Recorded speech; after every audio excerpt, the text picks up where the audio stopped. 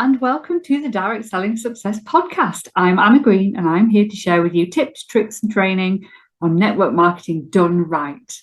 Thank you for listening.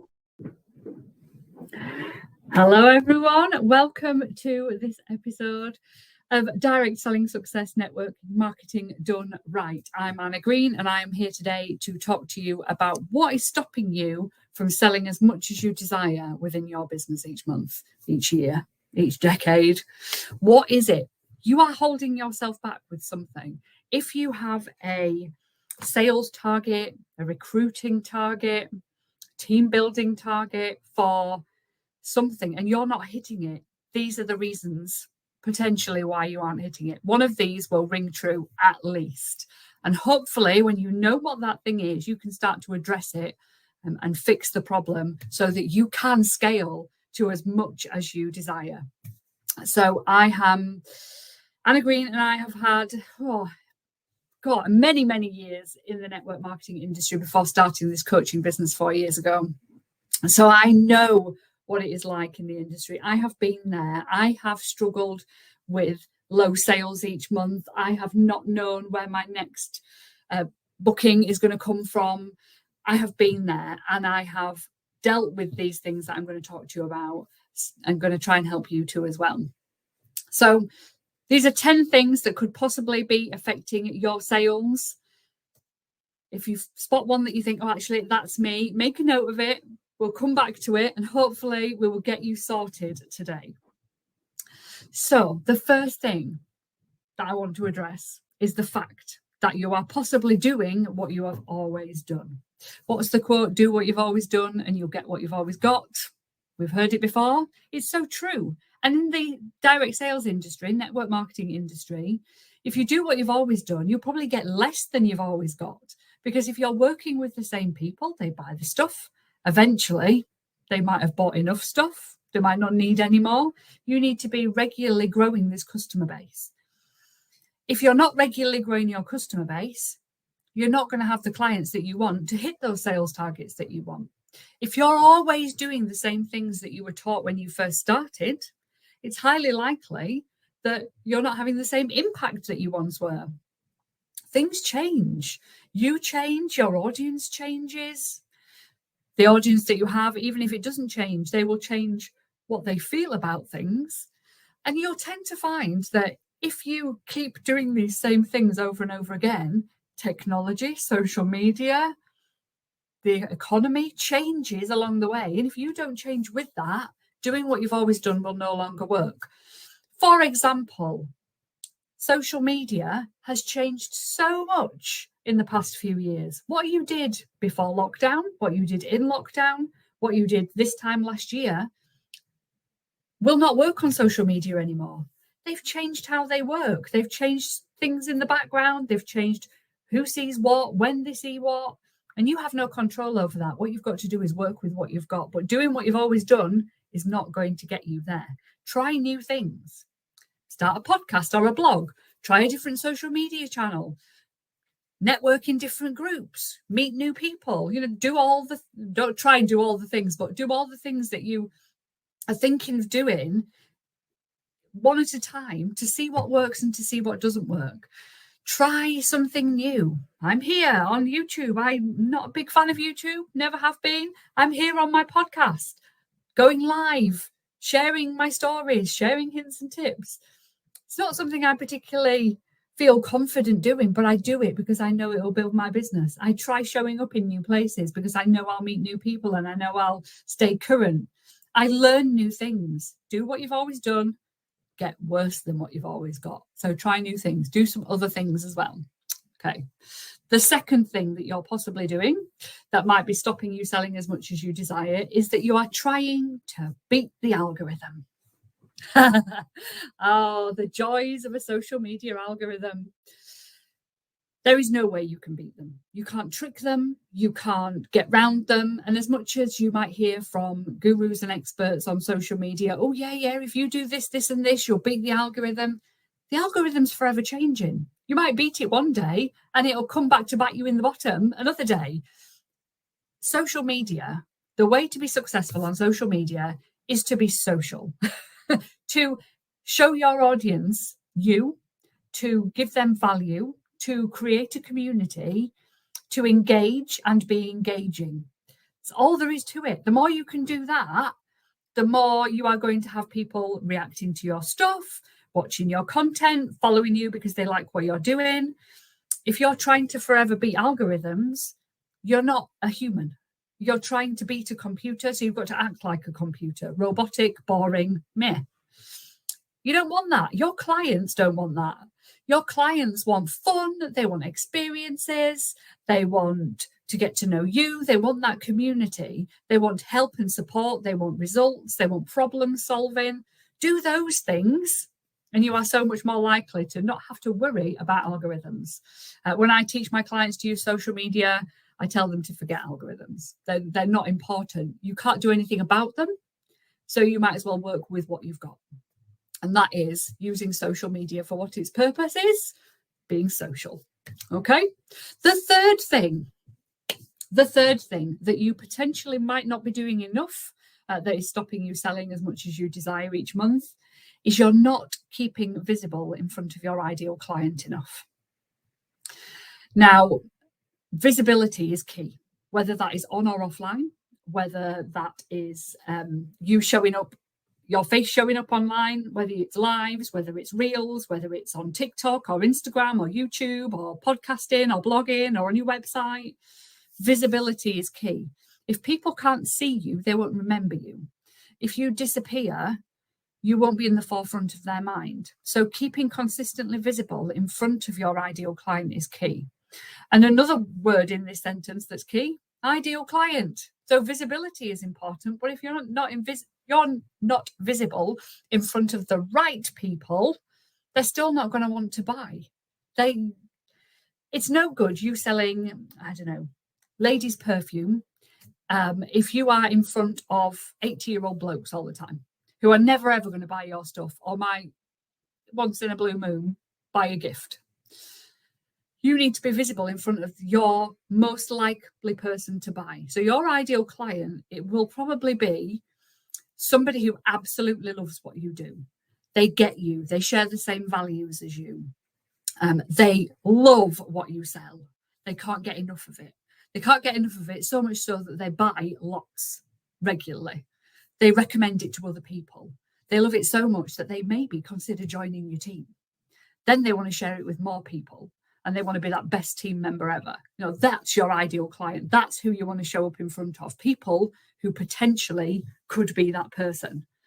So keeping visible is key. But how? Show up. Show up regularly in the same places. If you start going to events or networking, show up on a regular basis. Prove that you can be part of that community. If you have a Facebook group, show up regularly in that Facebook group. Not just with the engagement bait stuff, but as you, sharing what you love, sharing your passions, right? Keeping visible is key. If you are selling offline, make sure you are visible in your local community, visible in front of your customers, in front of your potential customers. And that could be through having conversations, picking up the phone, messaging them, appearing on their Facebook newsfeed, consistently keeping that visibility high. Okay. Now, consistency, I'm going to just, bring something up here. Consistency in my world does not mean doing the same thing day in, day out. Consistency for me isn't about posting a certain amount of times a day. Consistency for me is flexible and fluid. And with the lives that we have as direct sellers and network marketers, we sometimes can't form that level of consistency that would drive you insane. The structured, really rigid consistency. That's not what this is about. This is about the ups and downs of life. If you work 3 days a week, post 3 days a week. If you turn up at an event once every 2 months, that's consistent. It's not about being really rigid with this. Okay, just keep visible. That's my key. Number 4, you aren't meeting enough people to sell as much as you desire each month. Realistically, if you want to sell a lot of stuff or recruit a big team, you need to meet lots of people. And That is so, so key. If you're selling to the same people all the time, or talking to the same people all the time, or being visible in front of the same people all the time, or doing the same things all the time, you're not going to meet enough people to grow as much as you want to. So where can you meet new people? Brainstorm and some ideas on where you can meet these new people on and offline. Can you guest speak? Can you do takeover days? Can you collaborate with other business owners? Can you show up at different fairs and events? Can you do coffee mornings or pop-up shops? Or can you try a different Facebook group to go and network in? Can you set up another social media platform profile that you can go live on or meet new people on? Can you try doing home parties and meeting new people? Can you ask for referrals? Can you do testimonials? Can you try your stories if you've never done stories before on a social media platform? Maybe reels, I don't know. What can you do? What can you do that you want to do that's going to get you meeting more people? All right. So that's number 4. Number 5, you've met lots of people, maybe, but maybe you're not nurturing your audience enough. Maybe you're not nurturing these people, building the relationships with these people enough. This one is a crucial one. People buy into people. You, as a direct seller, are helping solve people's problems. If you don't know them well enough, you can't help them well enough. If they don't know you well enough, they're not going to trust you enough to want your help. So nurturing that audience, building the relationship between you and them is really key. So I tell my story a lot.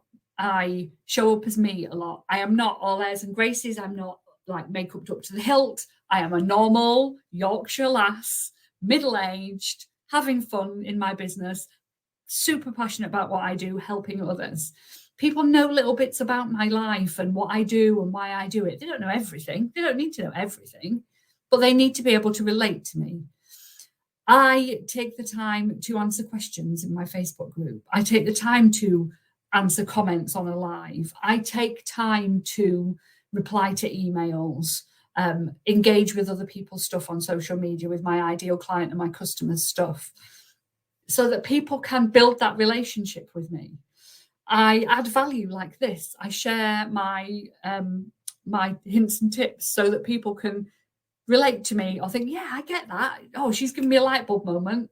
I'm going to use her. I'm going to buy from her. I'm going to go and follow her in a different group, maybe, go follow her on her Facebook group. I'm nurturing my audience. I'm consistent with it.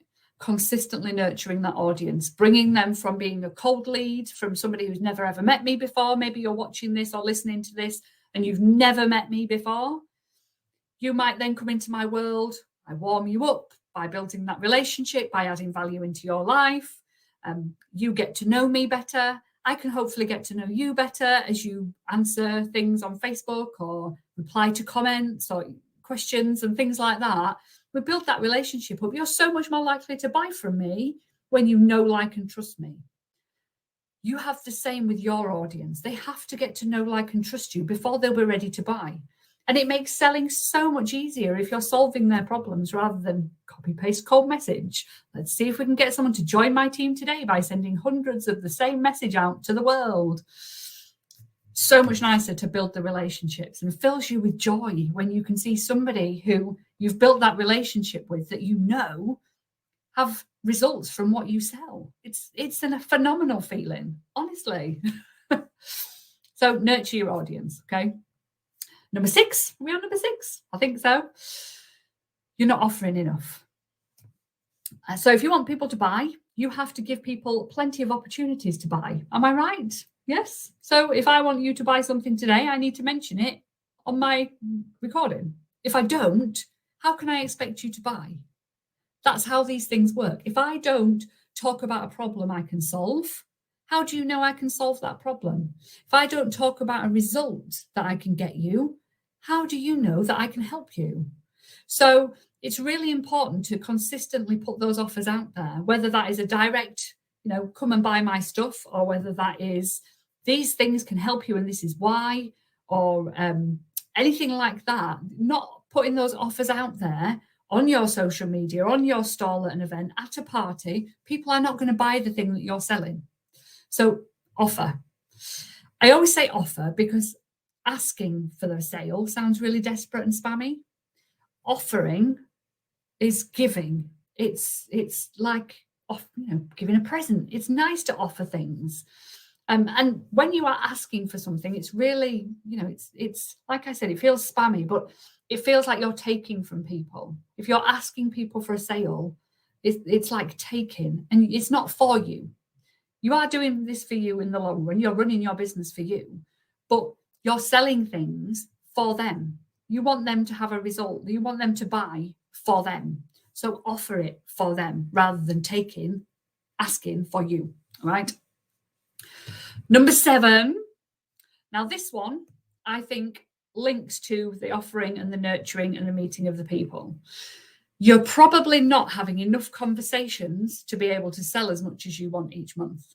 And this one is really, really important to remember. If you want to sell things, you need to have conversations about selling things, whether that is your products, your services, getting party bookings, getting recruits. If you're not having the conversations about this, or creating opportunities to have conversations, you're not going to have the opportunity to offer anything. So have more conversations. How? Get strategic with your social media content so it creates opportunities for you to have conversations, to carry on those conversations you're having in posting threads, maybe dropping into Messenger, thanking people, following up with people, conversations with people about holidays and about their kids, and maybe complimenting people. Having conversations doesn't necessarily have to be about selling something. It's about everything else as well. So building the relationships, creating opportunities, helping and supporting your audience, serving your audience, firming up that relationship with people is so key. So if you can be doing that, you're going to come across points where people will be more comfortable dropping into your inbox to ask you for stuff. They'll be more ready to buy. They might even, tell you that they want something while you're talking about the holiday that they've just been on. You just don't know. But if you don't put the opportunities out there, you're not gonna have the conversations. If you don't have the conversations, you're not going to make the sales. You're not going to have the opportunities to help people. Okay, so have conversations, more conversations. Number 8. Number 8's a biggie. And I don't know why I put this as number 8. I should have put it last. But anyway, you get in your own way. We get in our own heads.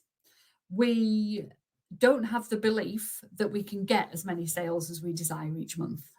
We don't think we're worthy. We don't think that we're capable. We haven't got enough time. We put things off. We procrastinate. We tell ourselves that it's not possible. We make excuses. It's all up here in our heads. And why do we do it? Why do we tell ourselves that we can't do things and we're not good enough? You wouldn't tell somebody else that, but you tell yourself that. We get in our own way. We make reasons for not doing the things. How do we deal with this? This is working on that self-belief, working little by little on chipping away at that block that you've got in your brain that's telling you these things, recognizing that you're saying these things to yourself, and then telling yourself that they're not true. You find a way of chipping that wall down that you've got in your brain that's stopping you from moving forward, that's stopping you from getting the sales that you want. Working out what that thing is key to success. My belief was shocking when I first started this industry. I had a block and I could not get past it. I was hitting a sales level like, this is all I can do. I haven't got time to do anymore. I've got 2 kids at home. I've got a husband that works away. It's not possible for me to reach the top of my company, was what I was saying to myself. It's all right for everybody else because they've got, no kids, or they've got older kids, or they don't have the life I've got. They can do it. It's all right for them. That's not how this works. It's just getting in your own way. As soon as you can stop the comparisonitis and accept where you are in your life and realize that that's not what is stopping you, and then deal with the thing that is stopping you, you will have a huge result. The difference between getting in your own way and not getting in your own way is massive. And that's when you will see the huge results coming to your way. Okay. If you're not sure how to do this, find somebody who can help you with your self-belief, because that will properly change how you build your business. Number 9. Now, I've just kind of related to this one a little bit, but the thing that stopped me, and quite possibly is stopping you, is that working on minimums. So in network marketing and direct selling, we're often told, hit £250, that's your activity level. If you can hit that, whatever the sales target is, hit that and you're all right. You won't get knocked off the system, you've hit that figure. Or there's a bonus level at £1,000, and when you hit that £1,000, you'll get an extra, 6%. How amazing is that? Right, so you've just hit the £1,000. I've hit the £1,000, I'm all right now. Or you're building a team and your team minimums are 5 people, and you have to do £500, and then your team have to do £4,000, for example. So you hit the £4,000 with the 5 active that you need, and you've done your £500 and you just hit that all the time, or just over it. You're just okay all the time. I see it so often, working on those minimums. If you take those minimums out of the equation and just look at how far you can go, rather than working towards that minimum figure, you will fly. Because there's no reason, if you can sell £500, that you can't sell £10,000. There's no reason. You can do it. It's just a case of not looking at that bottom figure as your limit. You can sell as much as you want. But for some reason in this industry, we work on the minimum. That's what the company have said I've got to get to hit this target. So that's what I'm going to hit, whatever that might be. Or you might have your own one. Maybe you think, right, okay, so I've got space in my diary to do £2,000 of sales a month. That's my level. And you hit the £2,000 sales or thereabouts every single month. And that's great. But what if you could double that? What if you could do £4,000 a month? Stop working on the minimum.